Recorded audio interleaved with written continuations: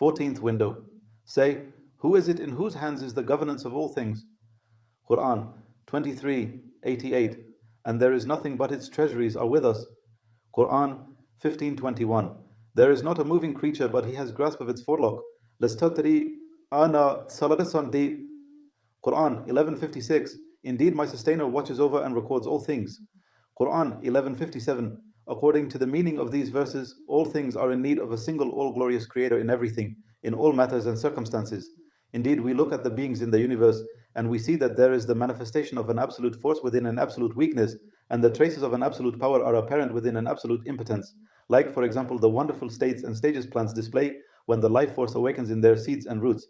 There is the manifestation too of an absolute wealth within an absolute poverty and dryness, like the poverty of trees and the soil in winter, and their glittering wealth and riches in the spring.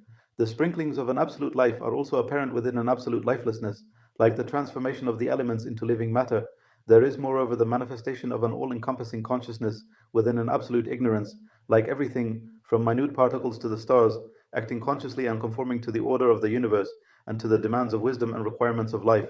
Thus this power within impotence, and strength within weakness, and wealth and riches within poverty, and life and consciousness within lifelessness and ignorance necessarily and self-evidently open up windows on every side onto the necessary existence and unity of a possessor of absolute power and absolute strength, a possessor of absolute riches, an absolutely knowing, all-living, and self-sufficient one. In their totality they point to a luminous highway on a vast scale. And so, O you heedless one who has fallen into the swamp of nature, if you do not quit nature and recognize divine power, you have to accept that in everything, in every minute particle even, reside an infinite force and power, a boundless wisdom and skill, and the ability to see, know, and administer most other beings. Words 609.